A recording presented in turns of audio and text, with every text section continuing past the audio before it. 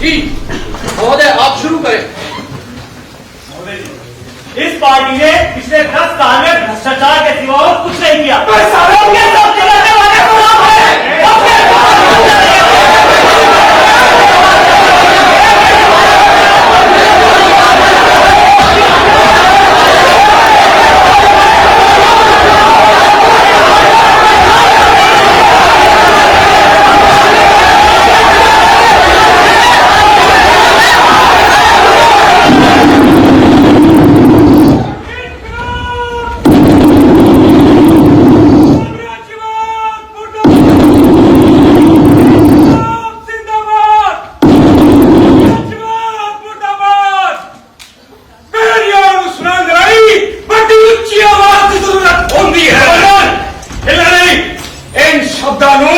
आजादी तो पहला सरदार भगत सिंह ने यही असेंबली हॉल में किया सी और आजादी तो बाद वही शब्द अज मैं बाहर आ रहा। तुसी भगत सिंह नहीं जानते, तुसी स्वतंत्रता संग्राम का इतिहास नहीं पढ़ा। कहीं तुम उस भगत सिंह की बात तो नहीं कर रहे जिसे अंग्रेजों ने फांसी पर लटका दिया था, जो आतंकवाद के रास्ते से मुल्क को आजाद कराना चाहता था, हिंसा के सहारे राजसत्ता का दखल करना चाहता था। पर राम जी की कृपा से वो तो अहिंसा के रास्ते कब का पूरा हो गया। अब मिश्रा जी वो गाना है ना, दे दी हमें आजादी बिना खड़क बिना ढाल, माउंट बैटन तूने हम पे कर दिया उपकार, वरना लटकी रहती आजादी कुछ सालों के लिए। और जब आजादी मिल गया है तो भगत सिंह का क्या जरूरत? अब तो भैया चंद तंत्र आ गया है तो उसके समाजवाद का क्या जरूरत? अरे अब तक कब्बे का अप्रासंगिक हो गया है, इरेलीवेंट। और नहीं तो क्या, फिर इस पर्चे की क्या जरूरत? क्या लिखा है इसमें? जनता के प्रतिनिधियों से हमारा आग्रह है कि वो इस पार्लियामेंट के पाखंड को छोड़कर अपने अपने निर्वाचन क्षेत्रों को लौट जाए और जनता को शोषण और दमन के विरुद्ध क्रांति के लिए तैयार करें। पार्लियामेंट का बायकॉट, जनतंत्र पर अविश्वास, क्या है? आखिर तुम चाहते क्या हो? शहीदा ने सपने और पूरा करना। पूछते हो हमें बैठ कर झक मारे? अरे 70 साल से यही तो करता है पार्लियामेंट में बैठकर। एक लंबा प्रोसेस है भाई, पर टाइम तो लंबा करेगा ना। अरे हम अपना समाजवादी ढंग से पूरा कर रहा हूँ, हमारे वो मित्र राष्ट्रवादी ढंग से पूरा कर रहे हैं, और हमारे ही सेक्युलर मित्र अहिंसावादी ढंग से पूरा कर रहे हैं। अरे सबका रास्ता अलग अलग है पर मोटिव तो एक है। का सपने। सपने घर घर में सिख जी 75 पहुंचा रहे हैं सपने। उदारीकरण के नाम से देश नू फिर तो गुलाम बनाने सपने, देश में बुलेट ट्रेन लाने के सपने, पैरा तले की जमीन नू खिंच कर लोका हवा विच लटकाउण के सपने, जगह जगह मंदिर मस्जिद बनवाने के सपने, आदमी नू आदमी के खिलाफ लड़ाकर उसके खून नाल वोटां दी फसलां उगाउण के सपने। तुम्हें क्या लगता है हमने कुछ नहीं किया? सरदार जी हमने भी विकास किया है। करा के अंदर बाजार पचौड़ के सपने और उसके पीछे पीछे पागला की तरह दौड़ लगाने ते खंड विखंड हुंदे मूलिया दे सपने। क्या बकर बकर कर रहा है? साले मुझको तो तेरे सपने सपने कम सारा खुराफात ज्यादा नजर आता है। तुम्हारे बम के बारूदों से एनार्किज्म की गद आ रही है। तुम्हारे आदर्श में हिंसा की भयानक प्रतिछाया दिख रही है। क्या बात है? कौन है तू? कहीं तो उग्रवादी तो नहीं, अराजकतावादी तो नहीं, तो आतंकवादी नहीं, मैं आतंकवादी नहीं हूं, मैं क्रांतिवादी। और क्रांति का मतलब आतंकवाद नहीं है। साडी क्रांति का विज्ञान न तो खून खराबा, न व्यक्तिगत द्वेष, न बम, न पिस्तौल। साडी क्रांति का इको ही अभिप्राय है अन्याय को आधारित मौजूदा व्यवस्था में बुनियादी बदलाव, आमूल परिवर्तन और एक ऐसे समाज की स्थापना जिस निचले वर्ग के लोगों को अधिकार सर माने हो। भगत सिंह के विचार है और जदों ये शब्द बंद होने में तो सत्ता तक हिल जाएगी। पर सरदार जी अब भला सत्ता कैसे हिलेगी? अब तो वतन आजाद है। शोषण से मुक्ति बिना आजादी का कोई अर्थ नहीं है। उन्ना की आजादी का अर्थ है नहीं सी कि लॉर्ड रीडिंग या इलिंग की जगह तेज बहादुर पुरुषोत्तम दास या ठाकुर दास को गद्दी पे बिठा देता जाए। वे तो बड़ी कसरात बातें करने लगा है। भगत सिंह इस बार न लेना काया भारतवासी दी, देशभक्ति दलाई अंच भी सदा मिलेगी फांसी दी। जय जनता की गल करोगे तुसी गद्दार कहलाओगे, बम शम दी छड्डो, बादल का पकड़े जाओगे, निकला बन जाओगे।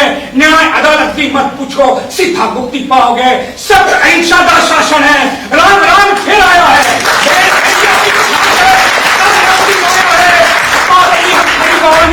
रानी लक्ष्मी क्यों डर लगता है? ये बैन है, सरकार के खिलाफ आम आदमी में घृणा जगाता है। नहीं, चेतना कहो। हम ये गाना नहीं गाने देंगे, परसी गावांगे, लोग कानून सुनावांगे, हम सुनाने देंगे तावला। भगत सिंह जड़ जड़ तक पहुंचावांगे। तुम कहो तो भगत सिंह को हीरो बना दे। पार्लियामेंट में अगर फोटो न लगाओ तो फोटो लगवा दे। अरे गली नुक्कड़ चौराहे पर स्टेचू लगवा दे। आदमी का भगवान बना दे, घर घर पूजा करवा दे। और तुम कहोगे कि उनकी विचारधारा को जन जन तक पहुंचा दे, ऐसा हर किसी में नहीं मिलेगा। परसी भगत सिंह जनता तक जरूर लेगा। पिंड शहर की गली नुकड़ा चौराहा की दीवार कैसी लाल रंग नाल लिखा के शहीद भगत सिंह मेरा साथीरा शेर। सुनो सुनो देश के लोग, सुनो सुनो देश के लोग।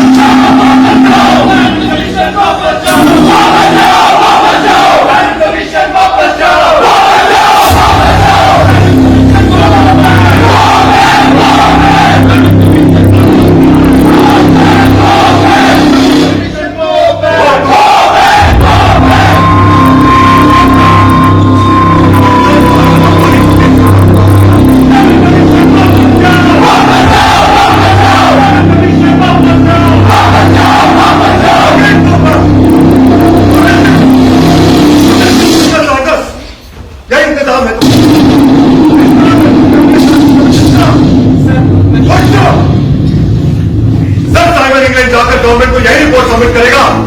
कमीशन का बॉर्ड कमीशन वापस जाओ, वापस जाओ, वापस जाओ, वापस जाओ। ब्रिटिश गवर्नमेंट ने साइमन कमीशन इंडियन पब्लिक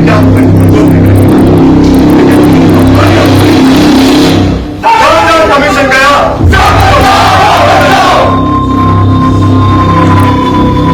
अखिल गवर्नमेंट साइमन कमीशन को छावनी में बदल दिया, लेकिन सब फेल। पता नहीं कि कहां से निकल कर आ गए। इंडियन साइकोलॉजी का कुछ पता नहीं चलता मिस्टर सैंडर्स। हमने सोचा था ये लोग कम्युनल राइट्स में फंसे होंगे, कास्ट रिलीजन की पॉलिटिक्स में इन्वॉल्व हो गए, बट स्विंग कमीशन इंडिया क्या आया, ब्लडी सोए से चल गए। साइमन कमीशन वापस जाओ, वापस जाओ, वापस जाओ। साइमन कमीशन वापस जाओ, वापस जाओ, वापस जाओ। कमीशन बॉम्बे पहुंचा, गवर्नमेंट का नारा। Simon commission government, government, government. Commission Delhi पहुंचा। Simon commission government, government, government. सारे झंडे मद्रास में तो नंबर 5 करने तक किया गया। 3 प्रदर्शनकारी मारे गए। कोलकाता में भी काफी तगड़ा मुठभेड़ हुआ। जमात के 30 लाख पोस्टर इंडियंस ने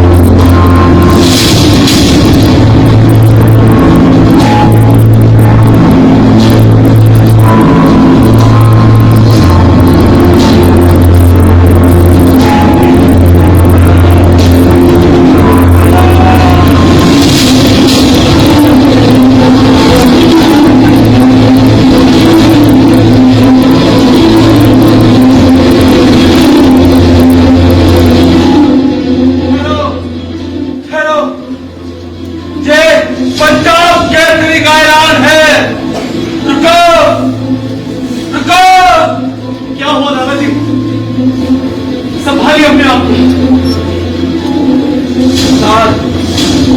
रोको लोगों को आगे बढ़ने से। क्या आप क्या कह रहे हैं? पुलिस की जालिमाना हरकत की मुखालफत में मुताहिरों को मुअत्तल कर दिया जाए। ये मेरा हुक्म है।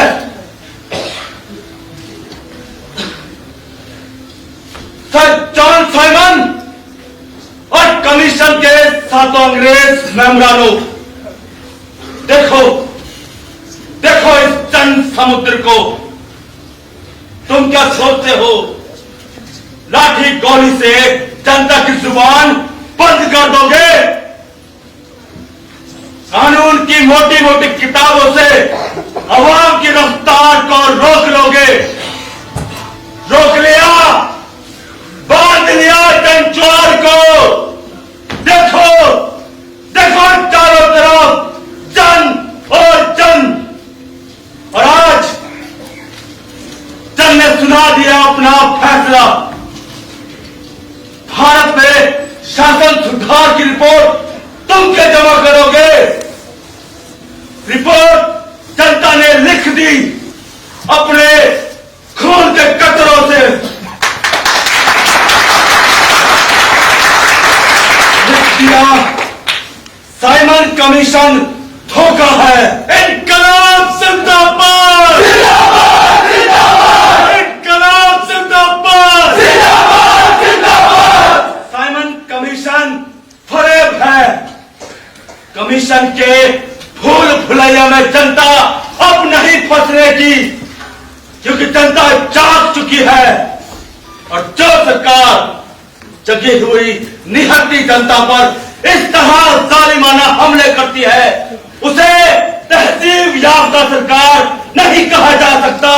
इनकलाब जिंदाबाद! इनकलाब जिंदाबाद! और ऐसी सरकार हरगिज कायम नहीं रह सकती। यहां कई अंग्रेजी मेम्बरान खड़े हैं। मैं पंजाब केसरी उन सबको सुनाकर कहता हूं कि I declare that the blow struck at me will be the last nail in the coffin of the British rule in India.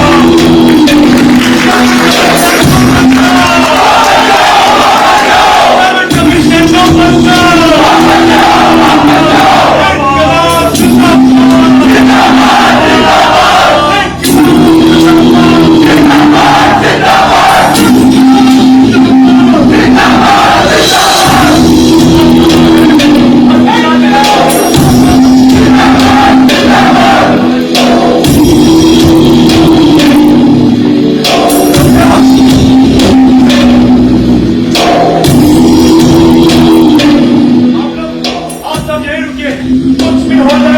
मोर्चा टूटने ना पाए। इनकलाब जिंदाबाद! इनकलाब जिंदाबाद! इनकलाब जिंदाबाद! इनकलाब जिंदाबाद! इनकलाब जिंदाबाद!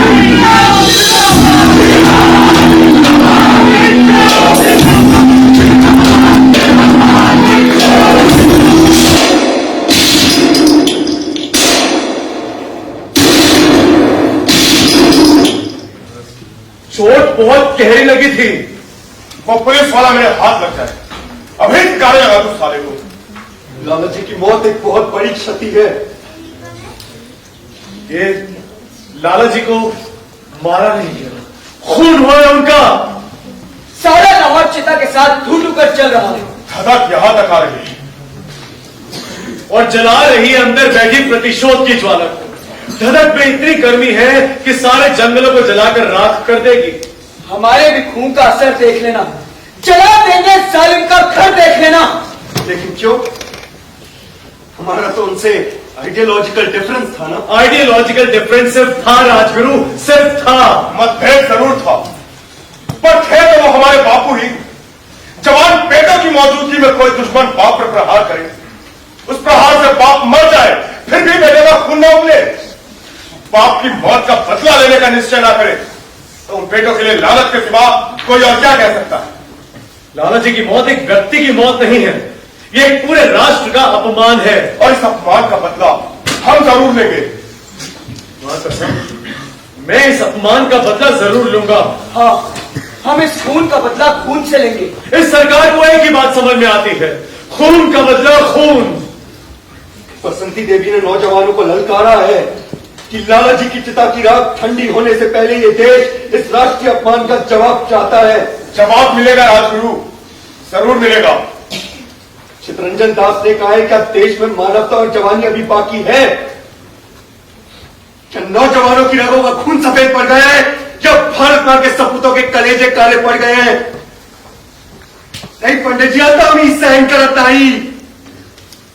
ये धरती जिस पर लाला जी के जख्मों के निशान अभी बाकी है, हमसे कुछ कह रही है। सुनिए पंडित जी क्या कह रही है। कह रही है भारत मां के सपूतों ने अपने हाथों में चूड़ियां पहनी है।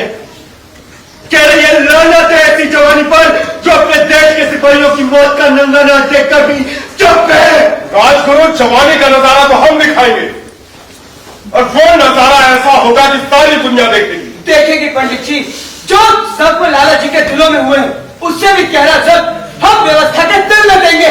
साइमन कमीशन में तो हम चूक गए, साधन ना होने के कारण एक्शन को अंजाम नहीं दे सके। लेकिन यही सही वक्त है चोट करने का, जनता के क्रोध को शांत करके जनाधार को अपनी तरफ मोड़ लेने का। तो देर किस बात की? पंडित जी योजना बनाइए। धीरज धरो राजगुरु। लेकिन पंडित जी मारूंगा मैं ही। पहले निशाना तो ले लो। ले लिया। ना इधर देखो ना उधर, केवल लक्ष्य पर दृष्टि रखो। है दिखा। दिख रहा है, लक्ष्य दिख रहा है, सब कुछ साफ साफ दिख रहा है। Yes shot.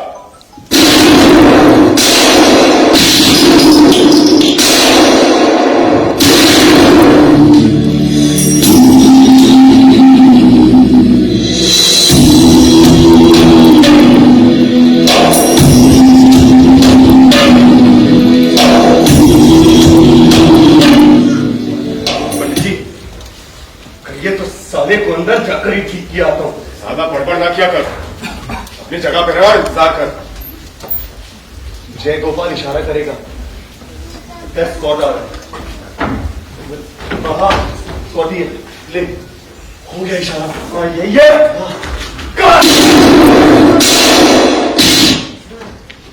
हत्यारे, लाला जी के हत्यारे, पंजाब केसरी के हत्यारे। ओ पिल्लो टिल्लो, ओ बलविंदर जोगिंदर सुखविंदर दौड़ा छोटी भारा, ओ हत्यारा ने गोली मार दी थी संदेश बाबू नू। ते सुत्ते ने पिल्लो पस्ता की ठहर ठहर एक तू बेच लेगा मादे यारो। ठहर साले ठहर। हाँ ठहरने के लिए कह रहे साले तेरा दिमाग तू ठिकाने से है?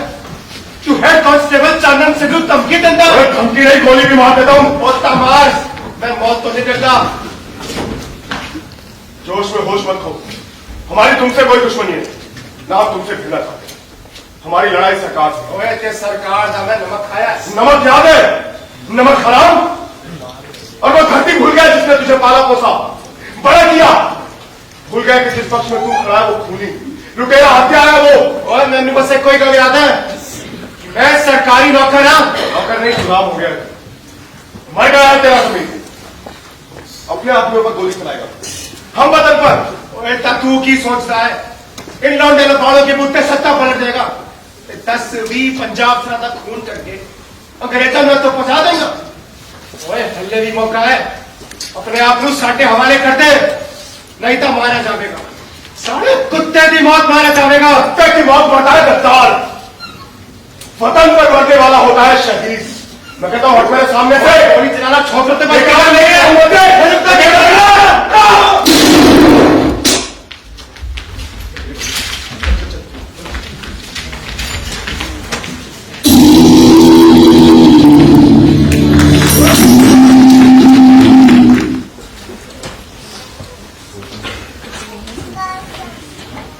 एक आदमी की हत्या का हमने खेल, परंतु यह आदमी उस निर्दयी, नीच और अन्यायपूर्ण व्यवस्था का अंग था जिसे समाप्त कर देना आवश्यक था। इस आदमी की हत्या हिंदुस्तान में ब्रिटिश शासन के कारिंदे के रूप में की गई है। यह सरकार संसार की सबसे अत्याचारी सरकार है। मनुष्य का रक्त बहाने के लिए हमें खेल, परंतु क्रांति की वेदी पर कभी कभी रक्त बहाना अनिवार्य हो जाता है। हमारा उद्देश्य एक ऐसी क्रांति से है जो मनुष्य द्वारा मनुष्य के शोषण का अंत कर देगी। विदेशी सरकार चाहे हमारा कितना ही दमन कर दे, किंतु हम राष्ट्रीय सम्मान की रक्षा करने और विदेशी अत्याचारों को सबक सिखाने के लिए सदा तत्पर रहेंगे। विरोध और दमन के बावजूद हम क्रांति की पुकार को बुलंद रखेंगे और फांसी के तख्तों से भी पुकार कर कहेंगे, इंकलाब जिंदाबाद, इंकलाब जिंदाबाद, इंकलाब जिंदाबाद, इंकलाब जिंदाबाद। पंडित जी, सारा लाहौर अपने पोस्टर से गरमाया हुआ है। जिधर भी जाओ लोग इसी के बारे में बातें कर रहे हैं। जनता बहुत खुश है, लेकिन सरकार को साफ सूंघ गया है। लकवा मार दिया सीआईडी वाले को। इतनी बड़ी घटना घट गई और किसी को सुरक्षा न मिली। पुलिस दफ्तर के ठीक सामने दिन दहाड़े एक अंग्रेज अफसर को गोली से मार दिया और कोई पकड़ा ना गया। पंडित जी, इससे बड़ा अपमान सरकार का और क्या हो सकता है? यही तो हम चाहते थे कि कैसे सरकार से मिलाए और जनता जिनके कलेजों में लाला जी के मरण का, उनके अपमान का जो कांटा चुभा हुआ है, उस कांटे ने जो जख्म दिया है उसमें खुशी और उमंग भरे। चारों तरफ सिर्फ एक ही नाम है, भगत सिंह, भगत सिंह, भगत सिंह। और भगत सिंह को गिरफ्तार करने के लिए घर घर तलाशियां चल रही हैं। जबरन लोगों को गिरफ्तार किया जा रहा है। जो भी हो, सरदार को लाहौर से निकालना बहुत जरूरी है। लेकिन कैसे? सरदार को बहुत देर पहचानने वाले दशहरा बम कांड में पुलिस वालों ने चुपके से फोटो भी लिया और फिर सैंडर्स को मारते समय पुलिस वालों ने भी देखा कि मारने वालों में एक सरदार है। मेरी बात मानो तो सरदार को किसी तरह यहां से बाहर निकालकर देश के बाहर कर दिया जाए। हाँ, ये ठीक रहेगा। यहाँ नहीं तो वहां से काम कर ही सकता है। सरदार से पूछो। उठे आए सरदार? अंदर बैठा किताबें पढ़ रहा होगा और पढ़ी क्या रहा होगा, निकल रहा होगा। सरदार, सरदार, सरदार।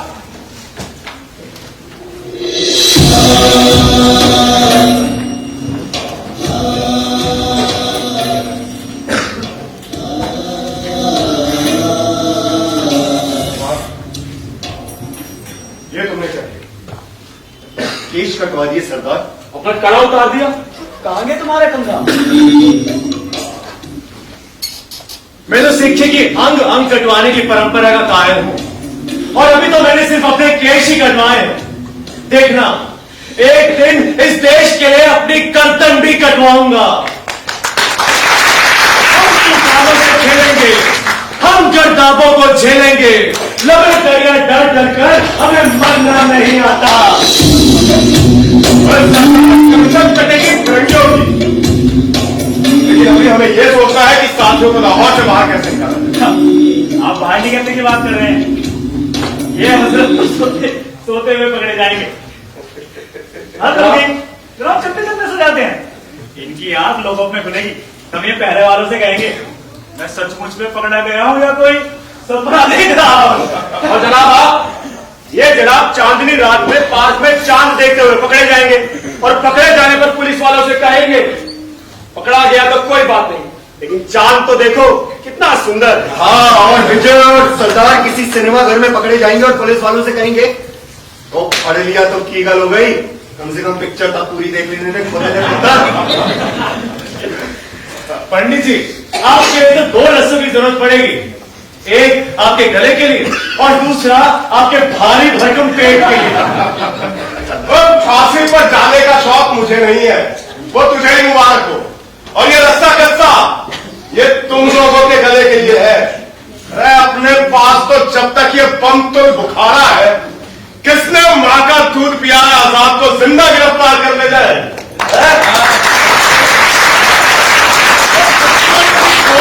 सामना करेंगे, आजाद है, हमेशा आजाद ही रहेंगे।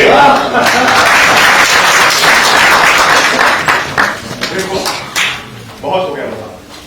अब मेरी योजना ध्यानपूर्वक सुनो। सरदार, तुम ऐसा करो, हिंदुस्तानी बाबू बनकर रेल के फर्स्ट क्लास से कलकत्ता निकल, और तुम अकेले नहीं जाओ। दुर्गा भाभी और उनका लड़का शशि के साथ जाएंगे। ये ठीक रहेगा, इससे किसी को शक भी नहीं होगा। और राजगुरु तुम जी इनकी हिफाजत का पूरा जिम्मा तुम्हारा।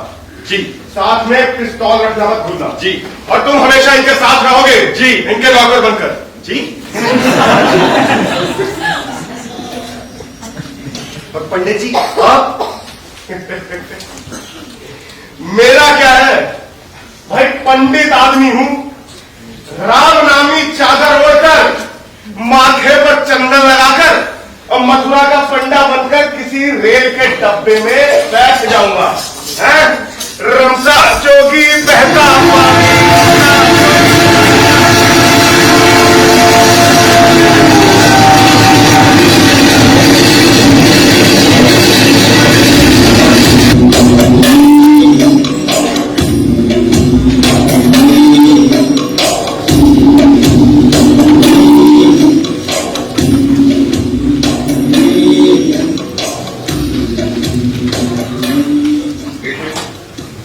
ये बात स्पष्ट है कि आंदोलन केवल कुछ मिडिल क्लास, दुकानदारों, ऑफिस के बाबू और विदेशों से पढ़कर आए बुद्धिजीवियों के बूते नहीं चल सकता। किसानों और मजदूरों को मुख्य धारा में लाना नहीं होगा। बिल्कुल, जब तक ये लोग जुड़ेंगे नहीं आंदोलन जुझारू नहीं हो सकता। क्योंकि किसी भी क्रांति का हिरावल दस्ता यही होते हैं। ये भागने वाले नहीं, ये दुनिया बदलने वाले। यह सभी क्रांतिकारी सैनिक। बिल्कुल, इस बात को सरकार अच्छी तरह समझ रही है और डर रही है कि जल्दी इन्हें रोका ना गया, देखते देखते ये मालिक बन जाएंगे और फिर इनको ये राज छोड़ना पड़ेगा। जिस तरह देश में कारखाने बढ़ रहे हैं, पूंजीपति और अंग्रेजों के लाभहारी साझे होते जा रहे हैं, मजदूरों के साथ अन्याय हो रहा है। विरोध में जिस तरह जगह जगह ट्रेड यूनियन बन रहे हैं, धरना हड़ताल की खबरें मिल रही हैं, इसका एहसास उन्हें निश्चित ही हो रहा है। इसलिए सरकार चाहती है कि असेंबली में कोई ऐसा बिल पेश किया जाए जिससे मजदूर हड़ताल न कर सके, और अगर एक यूनियन दूसरे यूनियन की हड़ताल में मदद करती है तो वो हड़ताल गैर कानूनी समझी जाए। मतलब जबरदस्ती किसी को भी जेल में ठूस दिया जाए। ये बिल नहीं, मजदूर आंदोलन पर सुनियोजित हमला है। ये देखो, पब्लिक सेफ्टी बिल और ट्रेड डिस्प्यूट्स बिल की एक कॉपी। ये बिल है, यह जुल्म बरपाने की कोई औजार। आखिर क्यों कर रहे हो मजदूरों से जानवरों जैसा व्यवहार? जानवरों जैसा व्यवहार? ये उन्हें जानवर भी नहीं बूझ रहे हैं। यह अधिकार भी वो उनसे छीन लेना चाहते हैं, उन्हें मार देना, मिटा देना, खत्म कर देना चाहते हैं। देखो देखो ये बिल क्या कहता है। किसी भी मजदूर को हड़ताल करने का अधिकार नहीं होगा, और यदि कोई मजदूर हड़ताल करता है तो उसे 500 रुपए जुर्माना या 1 महीने की कैद की सजा सुना दी जाएगी। और यदि कोई मजदूर राजनीतिक विचारधारा लेकर किसी हड़ताल में शरीक होता है तो उसे 500 रुपए जुर्माना और 1 महीने की कैद की सजा। आखिर क्यों? क्या इन मजदूरों को हड़ताल करने का भी अधिकार नहीं? क्यों नहीं पंडित जी, आखिर मजदूर भी इसी समाज का एक हिस्सा है। उसे भी जरूरत है एक ऐसे आंदोलन की जिसे पूंजीपतियों को उनकी नानी याद आ जाए, जो नहीं चाहते कि मजदूर कभी भी गुलामी के जंजीरों से छूटे। लेकिन ये नानी तभी याद आएगी जब आने वाले इलेक्शन में इनकी ऐसी हाथ हो कि याद कर करके आंखें मला करे। सरकार जो भी हो, इसका विरोध होना जरूरी है, क्योंकि आजादी हर इंसान का पैदाइशी हक है। सरकार तो इन बिलों को पास करने पर उतारू है। कांग्रेसी और प्रोग्रेसिव मेंबरान इन बिलों को कभी पास नहीं होने देंगे। तो क्या हुआ, वाइस रॉय अपनी वीटो पावर से पास कर देंगे। हाँ, सत्ता उनकी, संसद उनका, चाहे जो कुछ भी कर सकते हैं। क्या करें? यही समय क्या, फिर अभी नहीं तो फिर कभी नहीं। सरकार आवाम की बात को अनसुना कर रही है, वो बहरी हो गई। जरूरत है उसके कान खोलने की व्यवस्था करने की। कैसे करो? शहीद बेला के शब्दों में कहा जाए तो बहरे को सुनाने के लिए बम के धमाके की आवाज जरूरी होती है। तो जिस दिन ये बिल असेंबली में पेश किया गया, असेंबली में बम फेंका बम और बम के साथ अपने उद्देश्य स्पष्ट करते हुए बच्चे थे। लेकिन वहां पे कांग्रेस के मेंबरान भी होते। देखिए, हम किसी को मारना नहीं चाहते, इसलिए बम किसी खाली जगह पर फेंकेंगे और बम फेंकने के बाद वहां से भागेंगे नहीं, अपने आप को पुलिस के हवाले कर देंगे। क्या बात कर रहे हो?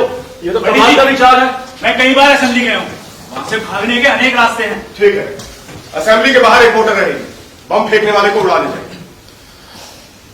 पंडित जी, मेरे अंदर कोई और नक्शा था। कौन सा? गुप्त आंदोलन को जन आंदोलन में बदलने का, और कैसे? अदालत को राजनीतिक विचार के रूप में लोगों तक अपनी बात को पहुंचाने का। पंडित जी, जिस तरह ये सरकार और हमारे लीडर्स, हमारे सो कॉल लीडर्स हम पर वैचारिक हमला कर रहे हैं, हमें रेसिस्ट, फासिस्ट, आतंकवादी घोषित कर रहे हैं, जरूरी है उनको अपनी बात पहुंचाने की, अपना स्टैंड पहुंचाने की और अपनी बात उन तक के बीच में रखने की। भाई ये सिद्धांत विद्धांत की बातें तुम लोग ज्यादा जानते हो, हमें तो बस अमल करना आता है। कौन फेंकेगा असेंबली में बम? मैं फेंकूंगा असेंबली में बम। बेकार की बात मत करो। सैंडर्स की हत्या के सिलसिले में पंजाब की पुलिस वैसे ही तुम्हारी तलाश में, और जाम के ऊपर ले जाने का फाल नहीं सरकार। संगठन के लिए तुम्हारा रहना जरूरी है। पंडित जी, संगठन के लिए मेरा जाना जरूरी है। योजना तुम्हारी थी, मैंने ठीक समझा और माना, लेकिन ये जरूरी नहीं कि उसको अंजाम देने के लिए भी जरूरी था। पंडित पार्टी जी, में और भी लोग वैचारिक रूप से विजय और बटुकेश्वर का काफी समझ इस काम के लिए वही बेहतर है। आप मेरी बात तो सुनिए। सरदार जिद मत करो, ये तय करनी है। पंडित जी, मुझे भी मौका दिया जाए। नहीं भगवान दास, मैं नहीं चाहता कि झांसी और ग्वालियर के केंद्र किसी तरह से संकट में पड़े। जयदेव जी पंडित जी। असेंबली के पासों के इंतजाम का जिम्मा तुम्हारा। हो जाएगा पंडित जी। मैं कई बार असेंबली जा चुका हूँ, कई बार खुद जा चुका हूँ, वहां के मेंबरानों से मेरे अच्छे कांटेक्ट है। एक बार फिर से जाकर दोबारा अध्ययन कर लूंगा। ठीक है, परसों फिर बैठेंगे, तब तक सुखदेव दिया जाए, तब विस्तार से बातें होंगी।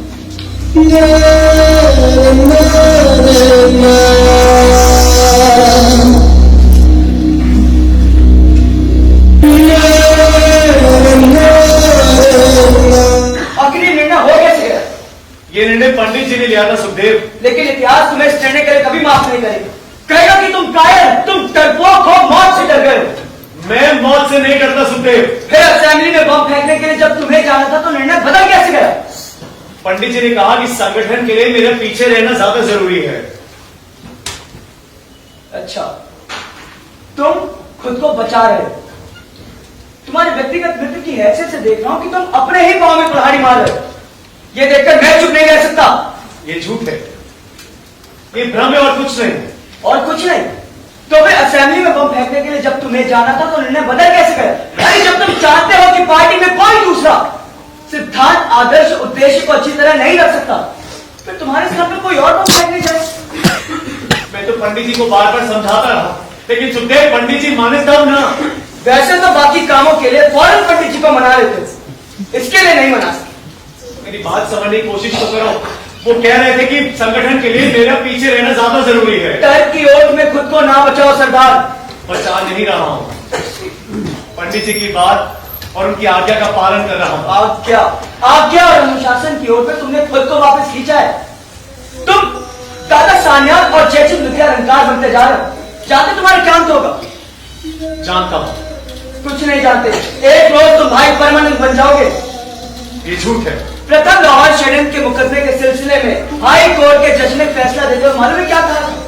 कहा था कि भाई परमानेंट इस क्रांतिकारी षड्यंत्र का मस्तिष्क और सूत्रधार है, लेकिन व्यक्तिगत रूप से यह आदमी कायर है। संकट के समय में दूसरों को आगे छोड़कर अपने प्राण बचाने की चेष्टा करता है। सुखदेव, तुम क्या जानो पंडित जी के मना कर देने के बाद मैं किस द्वंद से गुजर रहा हूं। अच्छा, तुम कहना चाहते हो कि शहीद बनने के सम्मान को तुम बलिदान कर रहे हो? अरे जाओ, ईमानदारी से अपने गिरवान में झांक कर देखो क्या सच है और क्या नहीं। बस सुखदेव, तुम मेरा अपमान कर रहे हो।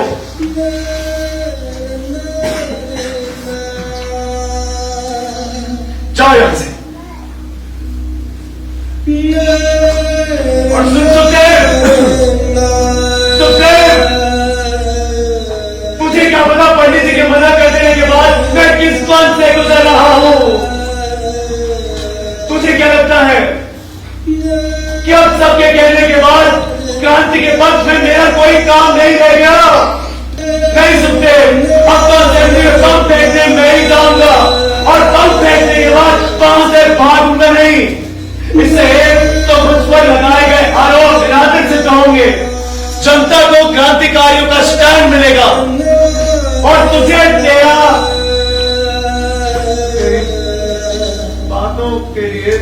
तुझे तेरा जवाब मिलेगा सुखदेव। सुना तूने?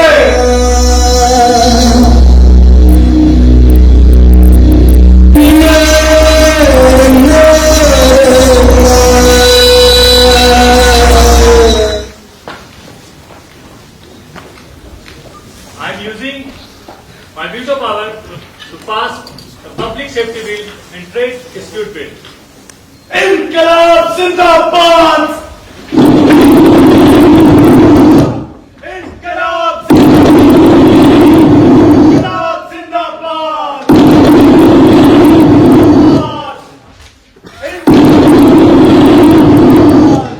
इनकलाब!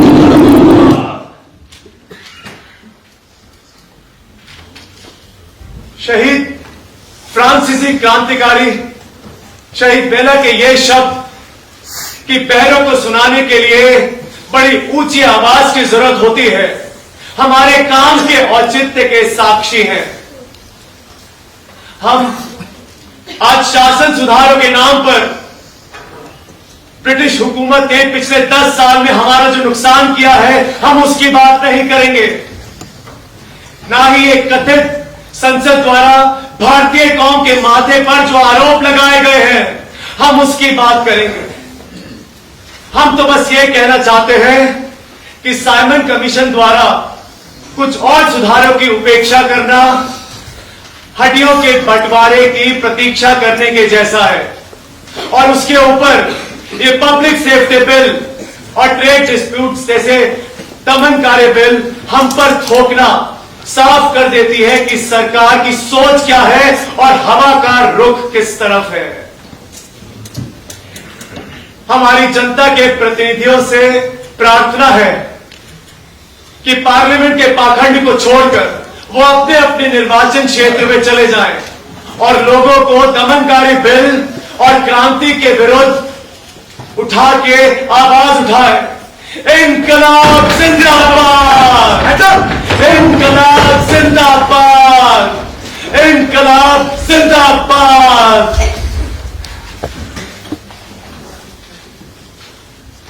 ये बम तुम लोगों ने फेंका है, आपको कोई शक है? चिंता मत कीजिए, हम सारी दुनिया को बता देंगे कि ये हमने किया। आओ, हम तुम्हारा इंतजार कर रहे हैं। बड़ी देर लगा दी हुजूर आने में वैसे आपने, डर लग रहा है। अगर तुम्हें मारना होता तो हम कब का मार चुके होते। हमारी लड़ाई अंग्रेजी व्यक्तियों से नहीं। हाँ, सर शूस्टर अगर डेस्क के नीचे ना छुपते ना तो उन पर जरूर गोली चलाते, क्योंकि वो असेंबली में ब्रिटिश शासन व्यवस्था के मुख्य प्रतिनिधि थे। सुनो साहब, ये सारे पर्चे बटोर लो, ये कल बाहर ना जाने पाए। नहीं जा पाएगा सर। एक भी पर्चा बाहर वालों के हाथ न लगने पाए। बाहर एक की तलाशी चल रही है सर। हम काज की खबर बाहर ना जाना पाए। नहीं जा पाएगा सर। वो तारना बंद कर दो। Yes sir. इन्हें कोतवाली ले लो।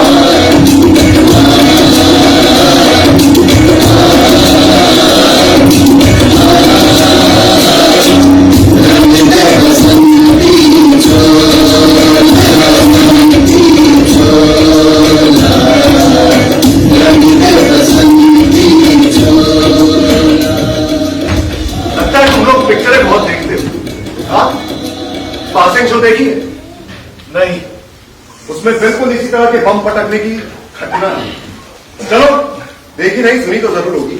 नहीं तो फिर कहां से आया ये बम पटकने का विचार? कौन सप्लाई करता है तुम्हें बम और हथियार? हथियार? जब मैं छोटा था, एक बार पिताजी मेहता जी के साथ खेतों में चल रहे थे। मेहता जी ने मुझे खेतों में देखा तो पूछा, भगत यहां खेतों में क्या कर रहे? मैंने कहा, बंदूकें बो रहा हूं। देश को आजाद कराने के लिए बंदूकों की जरूरत होगी।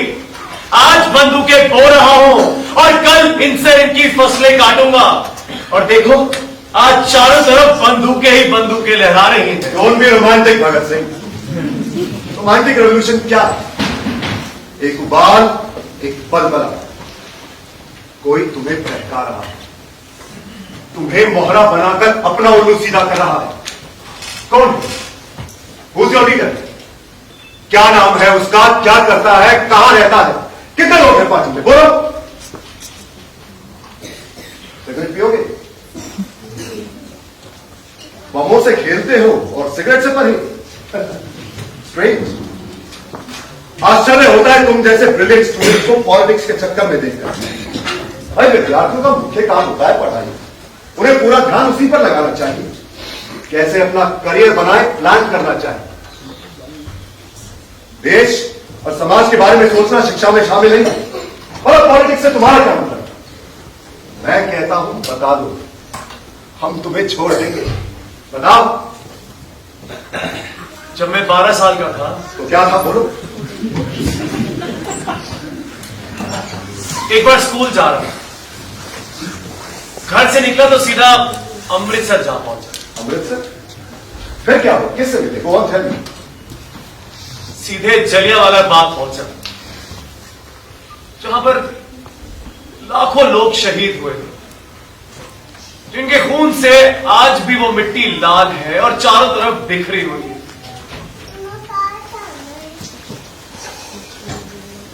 मैंने वो मिट्टी को अपने हाथों से उठाया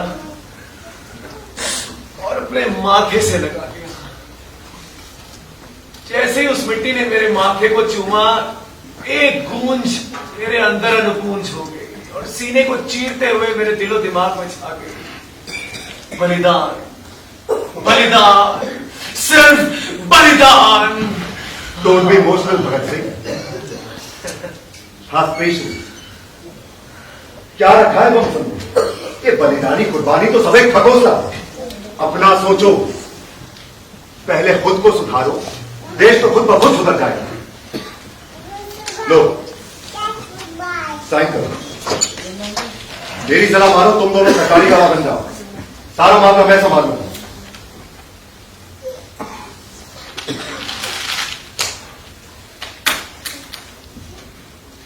इसी तरह, बिल्कुल इसी तरह का तेवर था मेरा। आई लाइक इट, अच्छा लगता है देखकर। भाई जवानी की याद आ गई, लेकिन जवानी के लिए जीवन जरूरी है या बॉय? Cool down. लो साइन करो, साइन करो।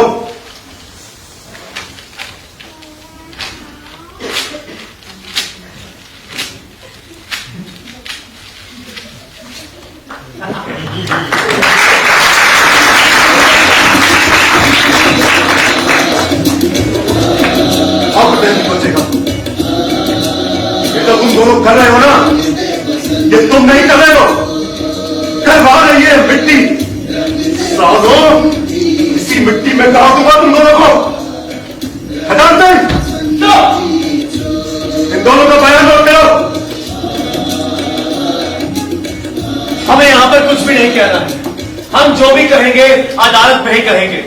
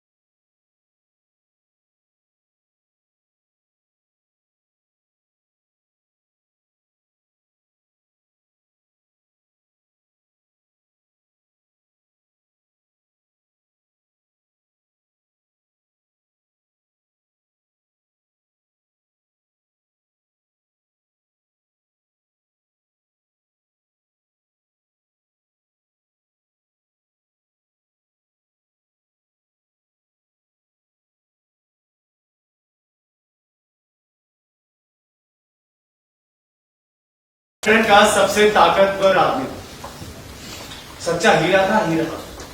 लेकिन सोचता हूं 8-9 दिनों में पुलिस ने कैसा टॉर्चर कर दिया कि हीरा टूट के चकनाचूर हो गया। ये अदालत और कुछ नहीं, सिर्फ एक ढकोसला है। ऑब्जेक्शन माय लॉर्ड, ये तो अदालत की सरासर तौहीन है। ये अदालत एक ढकोसला है, इसके अलावा और कुछ नहीं। मिलॉर्ड, हम इस अभियोग में किसी भी तरह भाग नहीं लेना चाहते, क्योंकि हमें लगता है यह अदालत ना तो न्याय पर आधारित है और ना ही कानूनी तौर पर स्थापित है।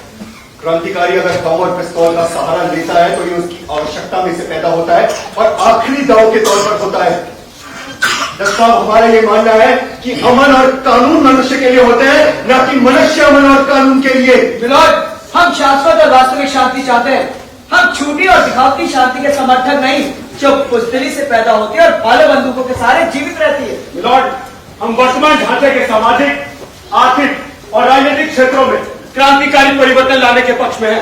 जब तक ये सारा सामाजिक ढांचा बदला नहीं जाता और उसके स्थान पर एक समाजवादी समाज स्थापित नहीं हो जाता, हम महसूस करते हैं कि सारी दुनिया संकट में है।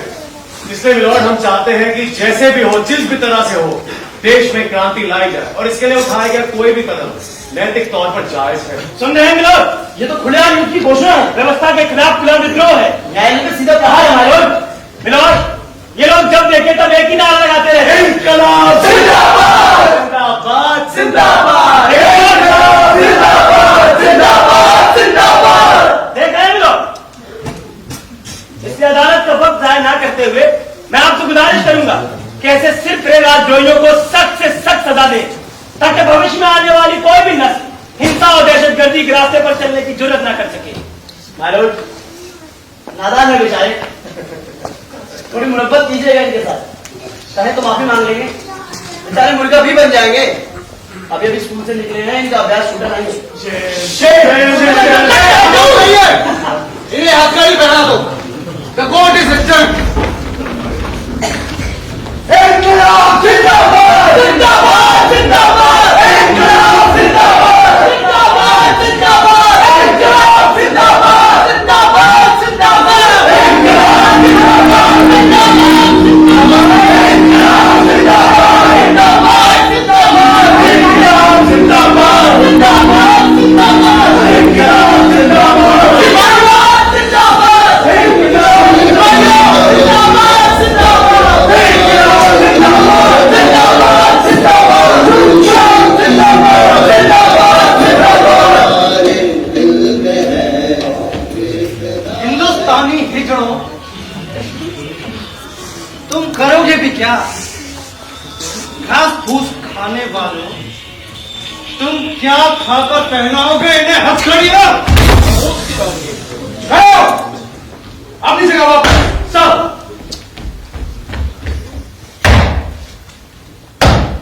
हथकड़ियां तो पहनाएंगे हमारे जबास पठान।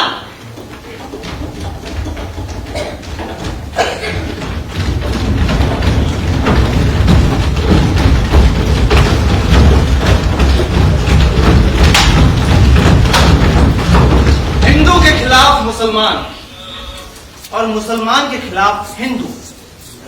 पेशावर में जब मुसलमान विरोध करे तो खिलाफ खड़े करो हिंदू, और जब पंजाब में हिंदू हो तो भिड़ाओ मुसलमान।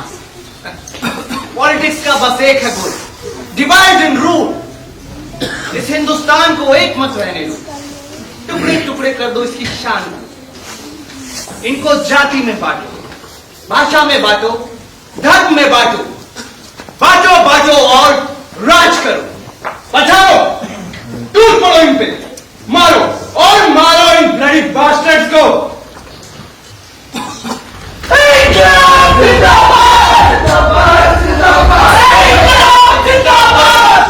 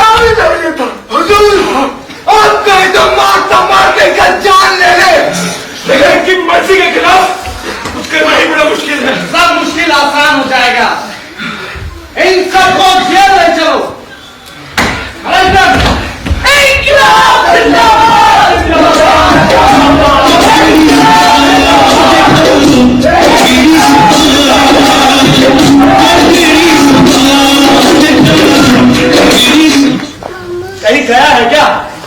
मियाँ की दौड़ मस्जिद तक। जनाब बड़े घर गए हैं सवेरे से 5वीं मर्तबा। जो भी हो, कल का डिनर था बड़ा लाजवाब, जिंदगी भर याद रहेगा। याद तो आगरा के उस डिनर की भी खूब आती है सरदार। अच्छा, कुछ खास था क्या उस डिनर में? अरे बड़ा ही खास समझो। अच्छा, हमें भी बताओगे? क्यों सरदार, बता दे? अच्छा दे यार, बता दे यार, बता दे। अच्छा सुनो, काकोरी केस के साथियों को छुड़ाने के लिए जब हम लोग आगरा में थे, पैसे की बेहद तंगी थी। बर्तन की जगह मिट्टी के ठीकरे में खाना बनाना पड़ता था। और भाई खाने का मजा तो पकाने से आता है ना।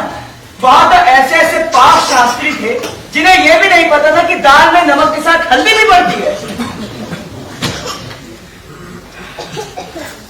आप लोग जानते हैं लखनऊ में नवाब किस तरह खाना खाते हैं?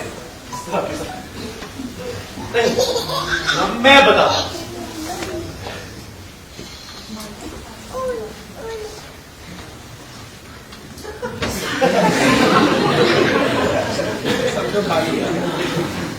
वल्लाह क्या पकवान है।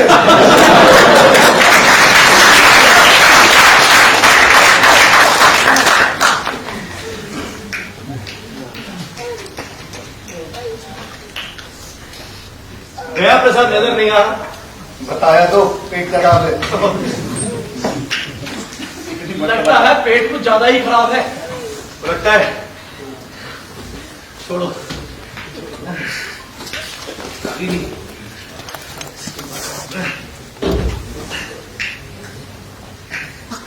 अरे भाइयों देख लो कहीं कुछ बैठे बैठे वहीं ना सो गया हो। और धीरे बोल लो, इन मजाक की आवाज में गुसल खाने तक जा रही हो। और कहीं उसकी छुट्टी ना हो जाए। जनाब यार दीवार जाता। वैसे एक बात बोलूं, छुट्टी तो मैं उस मजिस्ट्रेट की कर दूं, अगर एक बार मुझे कुर्सी पर बिठा दे तो सबका फैसला एक ही दिन में सुना दूं। तो कर फैसला, रोक कौन रहा है? ये सही है, अपना फैसला खुद ही करो और खुद ही बरी हो जाओ या फिर खुद ही सजा पाओ। वैसे जय गोपाल को अभी भी वो जूता याद आ रहा होगा।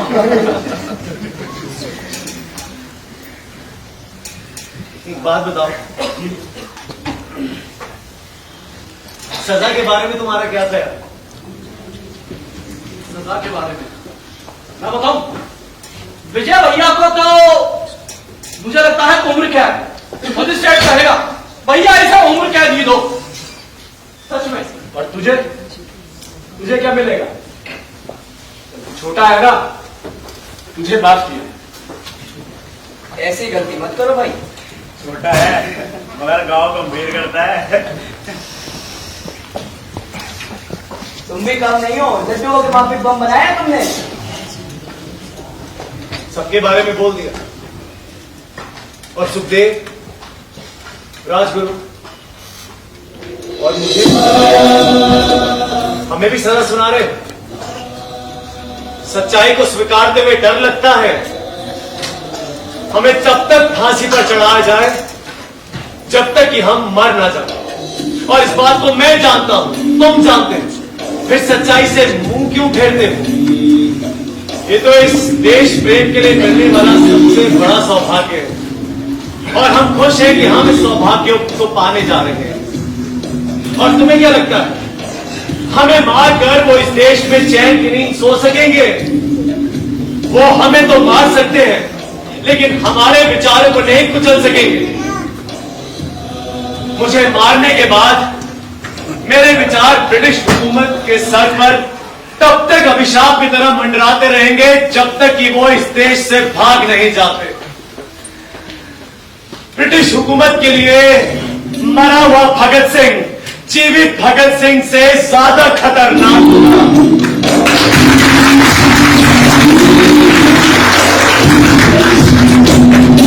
ये तो सिर्फ किताब का एक पहलू, तस्वीर का दूसरा पहलू और भी उज्जवल है।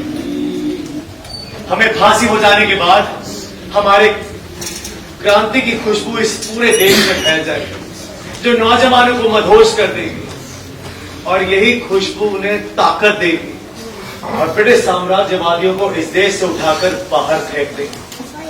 मैं तो बस उस समय की प्रतीक्षा कर रहा हूं जब मुझे इस देश के लिए, मेरे देश प्रेम के लिए, मेरी सेवाओं के लिए मुझे सबसे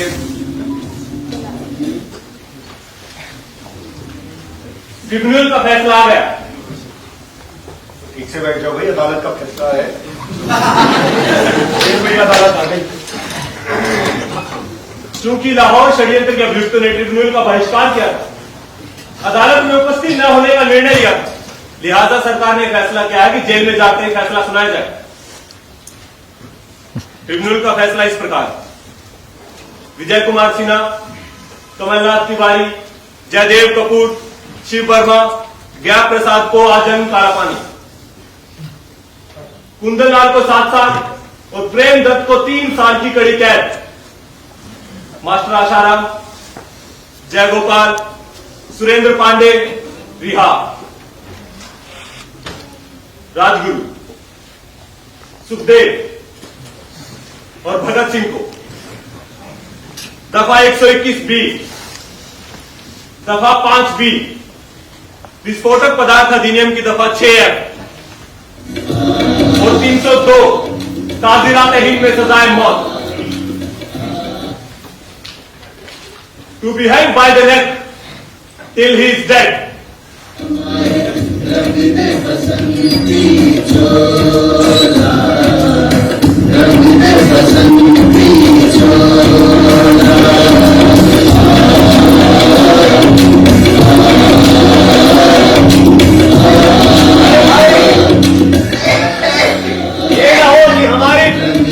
सजा टल जाए और हमें देश के लिए बलिदान होने का वो सुनहरा अवसर ही प्राप्त हो।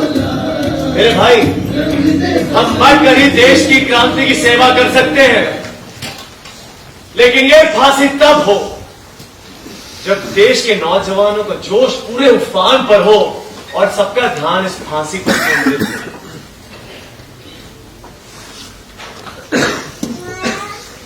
देखो,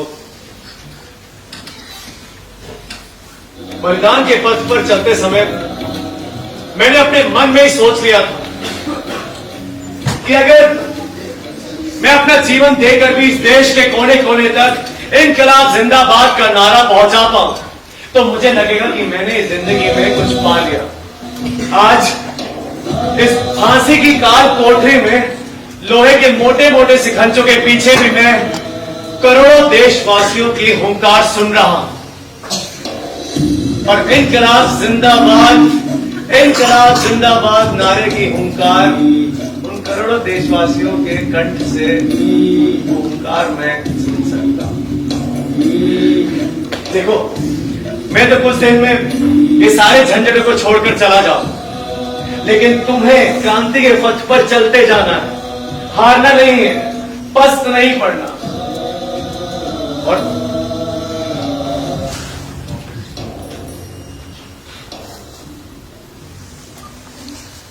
चलिए,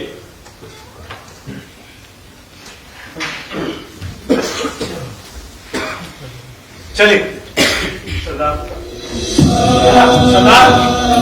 भाई, यारो वो जाते जाते चक्की पे पा जाओ यारो, आ जाओ यारो, वो आ जाओ।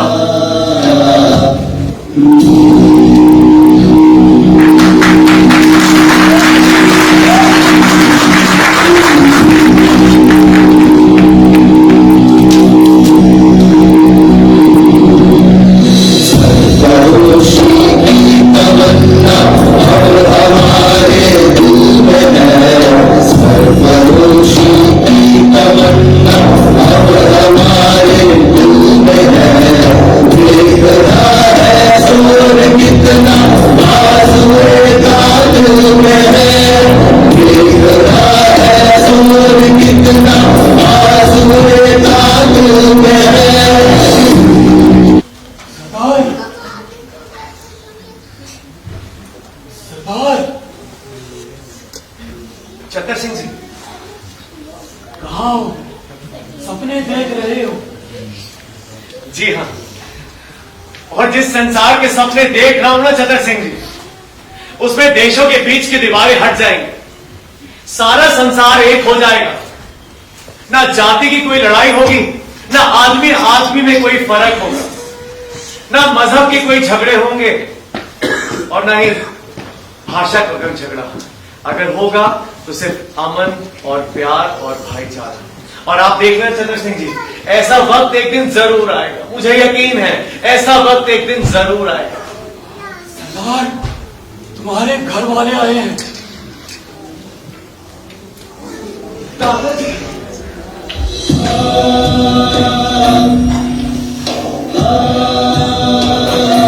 कैसा है?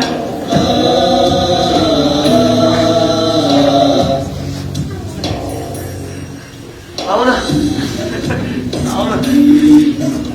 दादाजी, एकदम भला चंगा। देखो, आप कहते थे ना, ओ जी, सेहत से एवरेज ही होनी चाहिए। यहां पर आके तंदुरुस्ती कुछ ज्यादा ही बन गई है। सरकारी लाठियां बेहद कम मिली हो, लेकिन सरकारी रोटियां जम के तोड़ी हैं। मुझे तो एक बात का डर है, कहीं सरकार मुझे देख के डर ना लग जाए, कहीं उनको ऐसा ना लग जाए कि फांसी का फंदा कमजोर ना पड़ जाए सरदार के लिए। नहीं,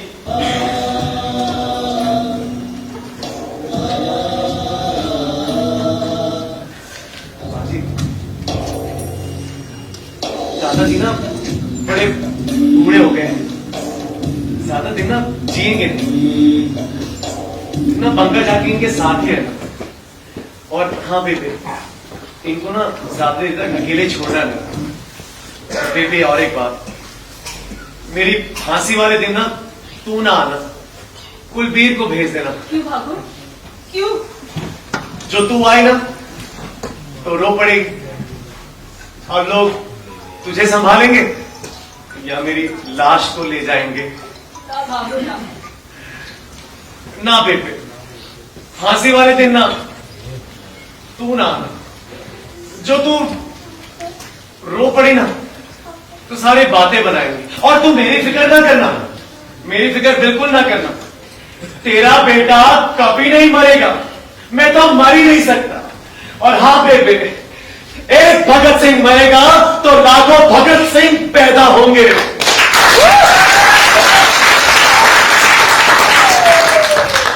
तू ना आना। पता है, जो तू रो पड़ी ना, ये लोग कहेंगे, ओ वो देखो ओए भगत दी मां रो रही है, ओए भगत दी मां रो रही। तू भगत सिंह है ना, तो मैं भी भगत सिंह की मां हूं। उसे अपना कलेजा निकालकर मुल्क पर कुर्बान कर दिया। उसे इतना कमजोर समझता है कि बेहोश हो जाएगी। ये तो खुशी के आंसू हैं। मुझे तुझ पे नाज है, तो अपने इरादे से डिगना नहीं। मरना तो एक दिन सबको है, लेकिन महान काम के लिए मरना कुछ ही लोगों को नसीब होता है। मैं तो चाहती हूँ कि मेरा पुत्र फांसी के तख्ते पर चढ़कर इनकलाब जिंदाबाद के नारे इतने जोर से लगाए कि सारा मुल्क उन नारों में गूंज उठे।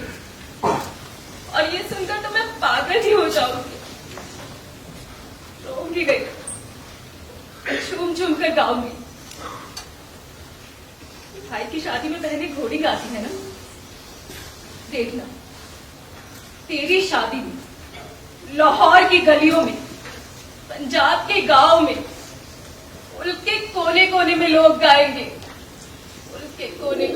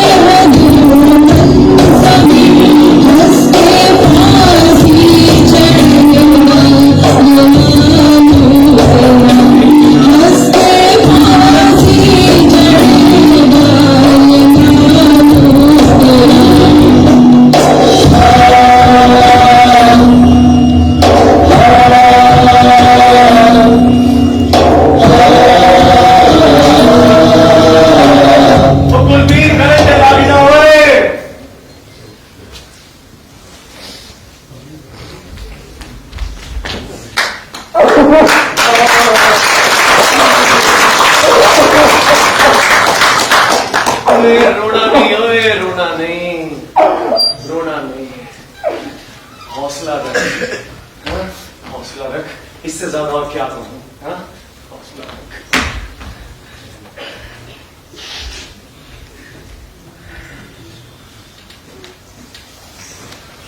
सरदार, हानि होने वाले हो, कभी प्रार्थना करते नहीं देखा। चतर सिंह जी, जेल मैनुअल में तो इसके बारे में कहीं लिखा है, लेकिन यहाँ जो भी आता है अपने अंतिम समय में अपने ईश्वर को जरूर याद करता है। लेकिन मैं तो नास्तिक। अंत तक अटल रह सकोगे?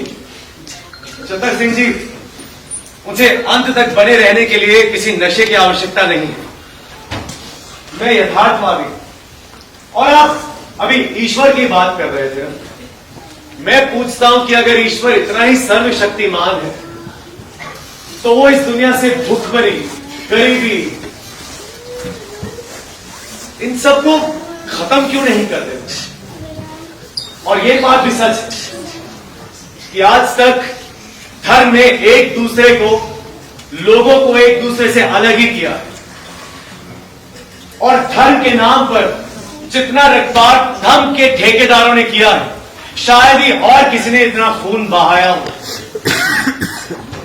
चतर सिंह जी, मेरे लिए तो जो एक दूसरे को अलग करे, एक दूसरे के बारे में घृणा फैलाए, प्यार की जगह नफरत फैलाए, वो मेरा भगवान और धर्म कभी नहीं हो सकता। मेरे लिए तो एक आदमी दूसरे आदमी से करीब लेकर आए, सुख, शांति और समृद्धि हमारे देश में लेकर आए, वही मेरा असली धर्म है। अगर एक बात मैं कहूं तो ये धरती और हिंदुस्तान की पावन धरती मेरा धर्म है, और इस पर रहने वाला हर व्यक्ति मेरा भगवान है।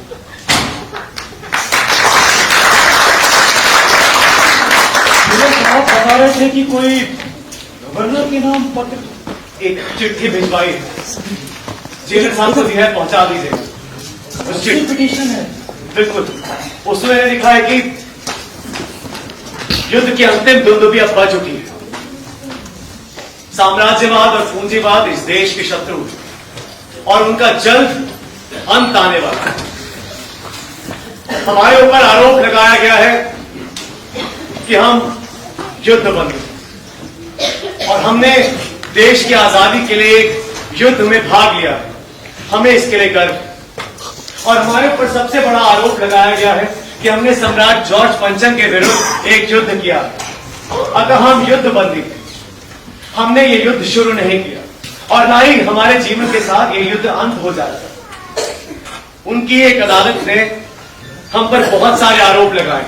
हम बस उतने ये कहना चाहते हैं कि हम पर युद्धबंदी जैसा आरोप लगाया जाए और हमें फांसी देने के बजाय सरेआम सबके सामने गोली से उड़ा दिया जाए।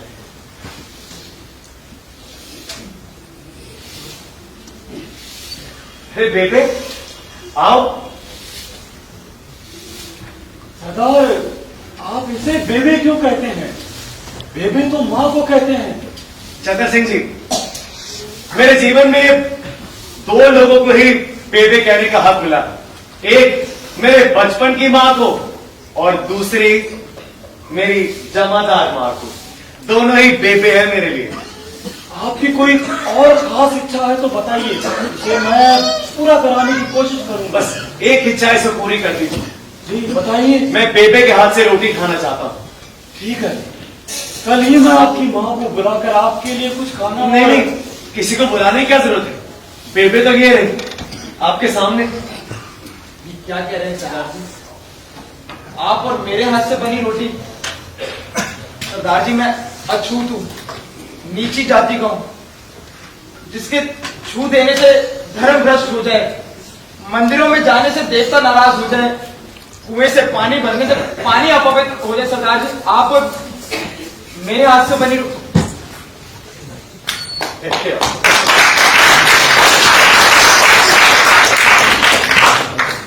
माँ जिन हाथों से बच्चे को रोटी खिलाती है ना, उसी हाथों से उसका मल भी साफ करती है।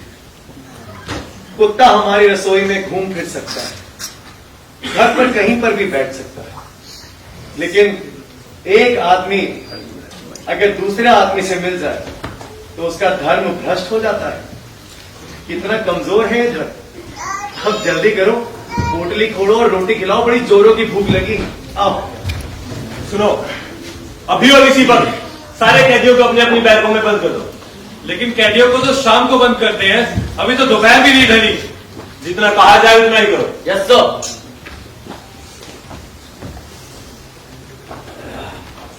सुल्तान जी, तीनों कैदियों को आज ही शाम को फांसी होगी। समय कम है, अब अपनी तैयारी पूरी कर लें।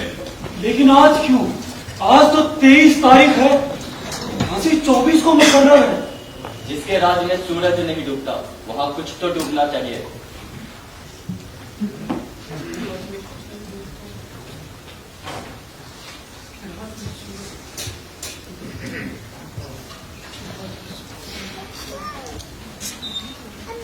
सरदार,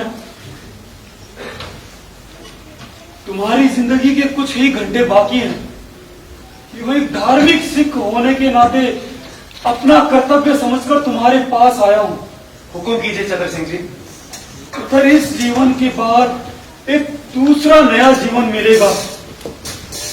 मैं तुम्हारे पिता की उम्र का हूं, मेरी एक बात मान लो। सिर्फ एक दरख्वास्त है जी। अपने अंतिम समय में तुम वाहे गुरु का नाम लो, गुरुवाणी का पाठ करो। ये लो, तुम्हारे लिए गुटका लाया हूं। चतर सिंह जी, यदि आप कुछ समय पहले मेरे पास आते तो मैं आपकी बात मान लेता, लेकिन अगर मैंने आपकी बात मानी तो लोग मेरे ऊपर कई सवाल उठाएंगे। मैंने अपने जीवन में तो कभी भगवान को माना नहीं, क्योंकि मैं नास्तिक हूं। और भगवान भी कहेंगे कि अब जब मुझे अपना अंत नजर आ रहा है तो मैं उसको याद करने लगा। वैसे तो लोग मुझ पर दुनिया में काफी इल्जाम लगाएंगे, लेकिन एक इल्जाम मुझ पर कभी नहीं लगाएंगे कि मैं बुज़दिल था। भगत सिंह अपनी मौत को देखकर डर गया। नहीं चतर सिंह जी, कभी नहीं। तो पुत्र, तेरे कदम कभी नहीं लड़खड़ाएंगे। वाहे गुरु तेरे कदमों को ताकत देगा। तू मुल्क के लिए लड़ा है बहादुर पुत्र, मुल्क के लिए। दीन के पहचानिए, सो पहचानी, जो लड़े दीन के पुरजा पुरजा कट मरे कबहु न छाड़े के। पुरजा पुरजा कट मरे कबहु न छाड़े के।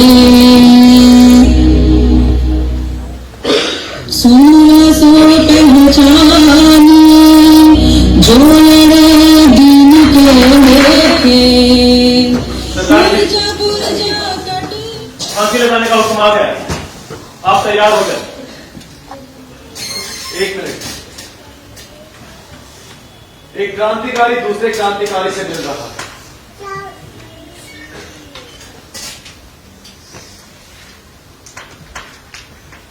चलिए। ये आप क्या पढ़ रहे हैं? लेनिन का जीवन चरित्र। आज कैसा महसूस कर रहे हो? मैं बहुत खुश हूं, बहुत खुश। कोई आखिरी संदेश? इनकलाब जिंदाबाद! इनकलाब जिंदाबाद! जिंदाबाद जिंदाबाद! इनकलाब जिंदाबाद!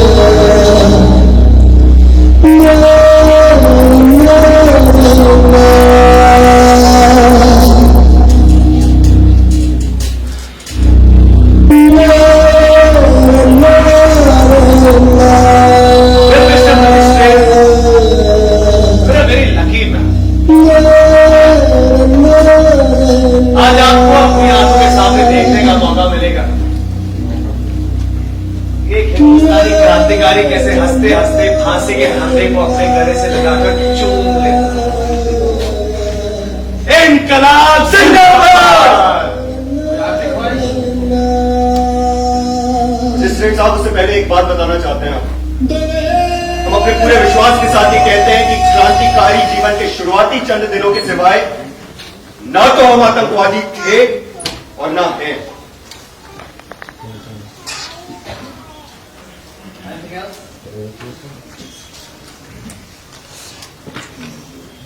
गरीब मेहनत कशों व किसानों, आप जिस भी धर्म, देश या राज्य के क्यों ना हो, सारी बातों को छोड़कर एक हो जाएं। आपके असली दुश्मन शोषित पूंजीपति हैं। सब लोग एक हो जाएं और सरकार की ताकत को अपने हाथ में लेने का प्रयत्न करें। इन सब से आपका कोई नुकसान नहीं होगा, लेकिन एक दिन आपकी बेड़ियां टूट जाएंगी और आप सबको आर्थिक आजादी मिलेगी। दुनिया के मजदूर एक हो, दुनिया के मजदूर एक हो। उठो और वर्तमान व्यवस्था के विरुद्ध बगावत खड़ी कर दो। सामाजिक आंदोलन से क्रांति पैदा कर दो तथा राजनीतिक और आर्थिक क्रांति के लिए अपनी कमर कस लो। तुम ही वास्तविक शक्ति हो। चोर व शेरों जागो, उठो और बगावत खड़ी कर दो। इनकलाब जिंदाबाद, जिंदाबाद, जिंदाबाद, इनकलाब जिंदाबाद, जिंदाबाद, जिंदाबाद।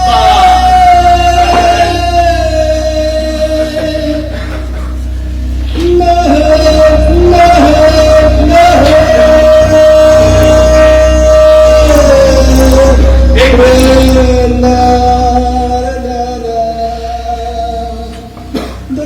मैं एक बार राजगुरु और सुखदेव को अपने गले से लगाना चाहता हूं। ओके, ऑलराइट, मिलते हैं। आप बोलो।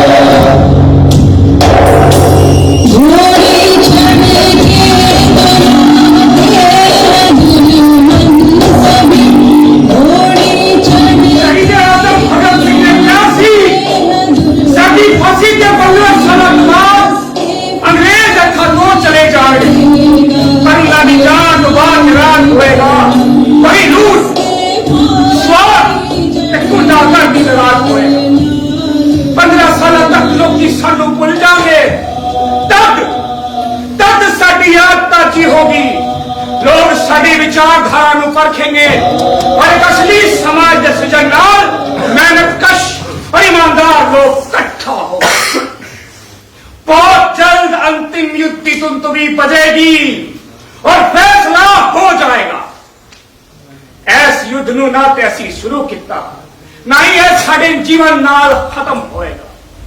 ऐ उदों तक चलता रहेगा जब तक कि मनुष्य का और एक राष्ट्र द्वारा दूसरे राष्ट्र का शोषण समाप्त नहीं हो जाता। जब तक होती रहेगी हत्या, लूट, बलात्कार, राजनीति, धर्म और जाति के नाम अत्याचार, तब तक चलता रहेगा ये युद्ध। दमन, शोषण और अन्याय के विरुद्ध और युद्ध।